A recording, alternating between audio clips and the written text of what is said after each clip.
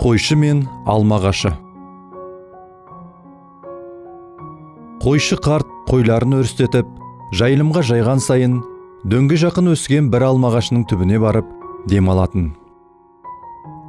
Егер жеміс піскен мезгіл болса, алмағашымен тілдесіп, «Қане балам, қарттың алмасын бере ғой» дейтін. Сөйткенше болмай, дәмі тіл үйретін, иісі аңқыған, балбырап піскен бір алма жерге топ ете түсетін.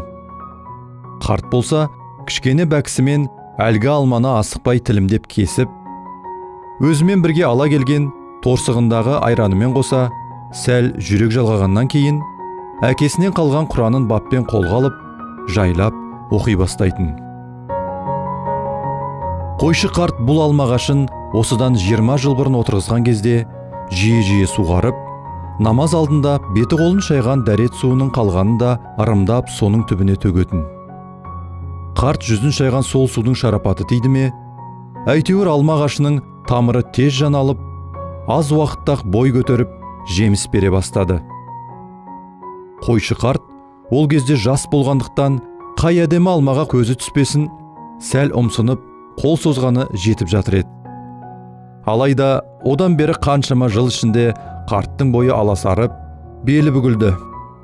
Ал алмағашының бойы керісінше барынша биіктеп, шынар ағашындай жайқалып кеткенді. Бірақ алмағашы қанша жайқалып өскенімен, мәпелеп өсірген баланың аты бала емес пе? Оны баласындай көретін қарт ағаш бұтақтарын алақанымен жай ғана сипап тұрып, «Қане балам, бүгінгі несібемді түсіре ғой» дейтін. Айтқандай көп бәлсінбестен бір алма түсуші еді. Бұл көрініс дәл осы қалпында бірнеше жылдан бері қайталанып келе жатқанды. Тіпті қарт сұрағанда алманың түспей қалған бірде-бір күні болған емес. Ауыл адамдары болса, таңғажайып бұл құбылысты сырттай бірнеше мәрте байқап, қойшы қартты әулиеге жорыстып қойғалы қашан. Қарт кісі ағаш көлеңкесінде аздап тынығып, намазын оқығаннан кейін әдеттегідей сол күнгі алмасын сұрады. Алайда бір таңғаларлығы, ағаш бұтақтары жеміске толып тұрса да, қарт қолына ештеңе түспеді. Қарт өз қалауын қанша қайталағанымен бәрібір ештеңе бола қоймады. Күткені орындалмай, кірпігі мен сақалы тарам-тарам жасқа шыланған қарт үнсіз ғана алыстап, қойларына кетіп бара жатты. Жеміс бергелі, баласы қарт көңілін еш қалдырып көрген емес еді.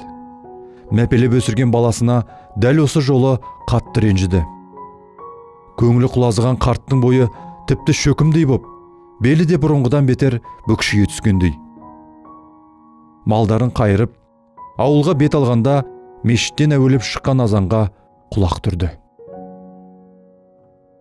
Азан өте бір ерекше, әуезді үнмен оқылып жатқандай. Тіпті астарынан қуанышта сезілетін секілді. Бірден іркіліп, бойын жинап ала қойды. Қарт байғұс өмірге қайта келгендей күй кешті. Өйткені есіне бір нәрсе түскен еді. Бұл жолы көзіне қуаныштан жас алып, балаша мәз болған қарт әлгіндегі алма ағашына жеткенше асықты. Келе сала оны айналып толғанып, кең құшағын төсей құшақтаған қарт, «Күні мәшейін» деді егі кемсеңдеп жылаған күйі. «Айналайын балам, жарығым, ұмытшақ мен байғұсты ренжітпей тұрбақ, білдірсең болмас педі. Бүгін ораза айының алғашқы күн екен ғой» деп қуанған қарт көз жасын сүртті.